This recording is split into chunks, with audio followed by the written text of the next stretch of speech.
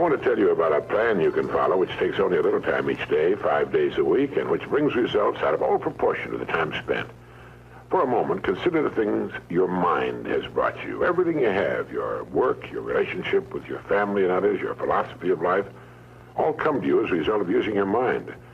Now consider the estimate made by experts. You have probably been operating on less than 10% of your mental capacities, much less. Dr. Herbert Otto, psychologist, educator, and chairman of the National Center for the Exploration of Human Potential, reminds us that many well-known scientists, such as the late Abraham Maslow, Margaret Mead, Gardner Murphy, O. Spurgeon English, and Carl Rogers, subscribe to the hypothesis that man is using a very small fraction of his capacities. Margaret Mead quotes a 6% figure. Herbert Otto writes, "My own estimate is 5% or less." Neurological research at the UCLA Brain Research Institute points to enormous abilities latent in everyone by suggesting an incredible hypothesis. The ultimate creative capacity of the human brain may be, for all practical purposes, they pointed out, infinite. To use the computer analogy, man is a vast storehouse of data, but we have not learned how to program ourselves to utilize these data for problem-solving purposes. Yefremov, the eminent Soviet scholar and writer, says man under average conditions of work and life uses only a small part of his thinking equipment.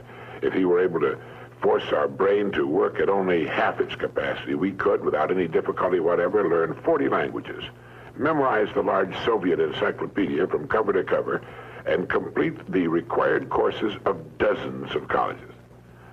Now, this statement is hardly an exaggeration. It is the generally accepted theoretical view of man's mental potentialities.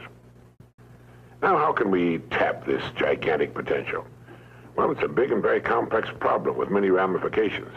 But as Herbert Otto points out, it is clear that persons who live close to their capacity, who continue to activate their potential, have a pronounced sense of well-being and considerable energy. They see themselves as leading purposeful and creative lives. If everything you have is the result of using just 10% of your mind, consider for a moment what it will mean to you and your family if you can increase this percentage. Now, none of us, as a rule, has the slightest notion of the real capabilities of his mind. But believe me when I say that your mind can be compared to an undiscovered gold mine. And it makes no difference whether you're 17 or 70. Look at it this way. Your goal is in the future. Your problem is to bridge the gap which exists between where you are now and the goal you intend to reach. This is the problem to solve. Robert Seashore, when chairman of the Department of Psychology at Northwestern University, pointed out that successful people are not people without problems. They're simply people who've learned to solve their problems. And there you have it. Living successfully, getting the things we want from life is a matter of solving the problems which stand between where we now are and the point we wish to reach. No one is without problems. They're a part of living. But let me show you how much time we waste in worrying about the wrong problems. Here's a reliable estimate of the things people worry about. Things that never happen, 40%.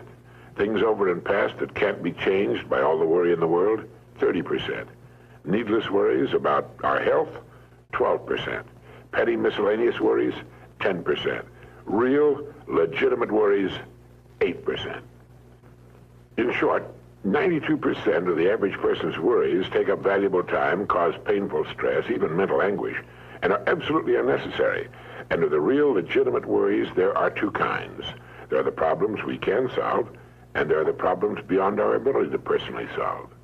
But most of our real problems usually fall into the first group, the ones we can solve if we learn how. Now, I'm going to assume you've decided upon a goal. Your problem is, how do I achieve it? Your goal may be a promotion, a greater income, a beautiful home. It makes little difference what your goal happens to be. But you have your goal, and you know that you will become and you will achieve what you think about. That is, if you stay with it, you will reach your goal. But how? Well, it's right here that your mind comes into play. What is your mind? No one knows for sure. Perhaps the best way to describe it is to quote Pulitzer Prize-winning playwright Archibald MacLeish. In his play, The Secret of Freedom, a character says, "The only thing about a man that is a man is his mind. Everything else you can find in a pig or a horse." That's uncomfortably true. The human mind is the one thing that separates us from the rest of the creatures on Earth. Anything that comes to us in the future will almost certainly come to us as a result of the extent to which we use our minds. And yet it's the last place on earth the average person will turn to for help. In order to reflect just a moment on the human mind, consider what it's accomplished. Human knowledge has advanced more in the past 50 years than in all the preceding 10,000 years of human civilization. Of all the scientists who ever lived, it's estimated that 90% of them are alive today.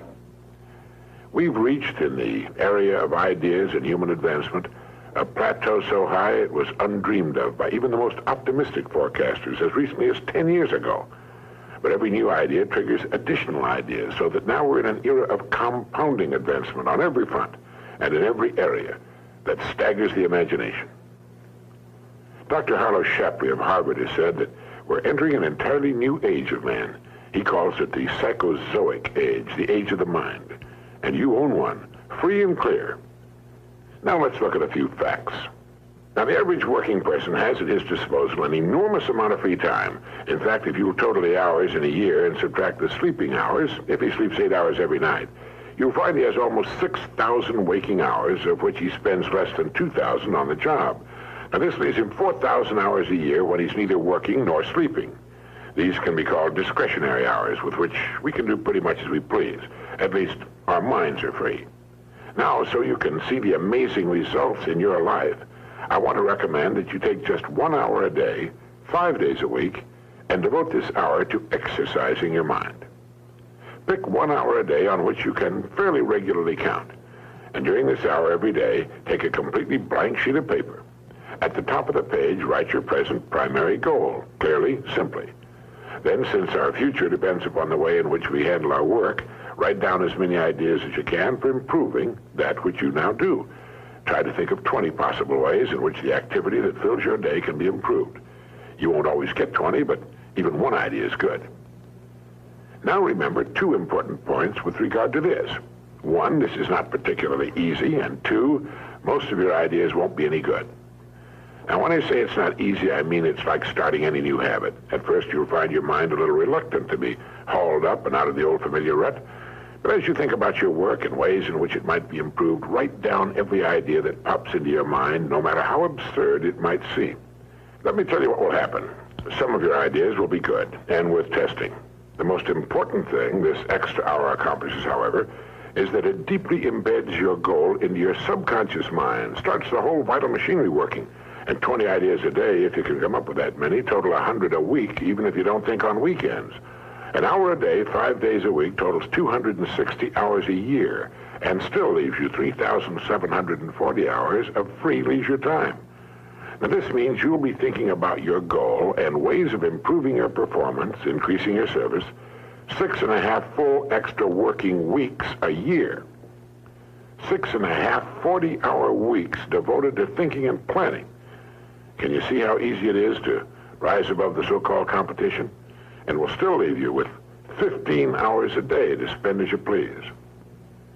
Starting each day thinking, you'll find that your mind will continue to work all day long. You'll find that at odd moments, when you least expect it, really great ideas will begin to pop into your mind. And when they do, write them down as soon as you can. Just one great idea can completely revolutionize your work and, as a result, your life. If you want to develop the muscles of your body, you take daily exercise of some sort. Well, the mind is developed in the same way, except that the returns are out of all conceivable proportion to the time and energy spent. I've used this system for years, and it's given me some of the most gratifying and rewarding experiences of my life. And it costs only 5 hours a week. 5 hours out of 168. Is it worth it? It's like spending 5 hours a week digging in a solid vein of pure gold, because your mind is all of that and much more. Each time you write your goal at the top of the sheet of paper, don't worry or become concerned about it. Think of it as only waiting to be reached, a problem only waiting to be solved. Face it with faith and bend all the great powers of your mind toward solving it. And believe me, solve it, you will. Now let's briefly recap. This week, start spending 1 hour each day getting as many ideas as you can. Try for 20 a day on ways to improve what you're now doing. Remember, the achievement of your goal very likely depends upon it, as does your whole future. 2, if everything you now have is the result of using, say, 5 to 10% of your mental abilities, You can imagine what life will be like if you can increase this figure to 20% or more. 3, successful people are not people without problems. They're simply people who've learned to solve their problems. 4, don't waste time and energy worrying about needless things. 40% of them will never happen, 30% have already happened and can't be changed, 12% are needless worries about our health, 10% are petty miscellaneous worries, and only 8% are real. Try to separate the real from the unnecessary and solve those which are within your ability to solve.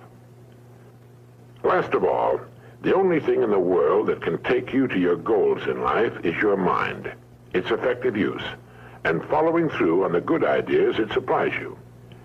Each of us has a tendency to underestimate his or her own abilities. We should realize that we have, deep within ourselves, a reservoir of great ability, even genius, that can be tapped if we'll just dig deep enough. It's the miracle of your mind.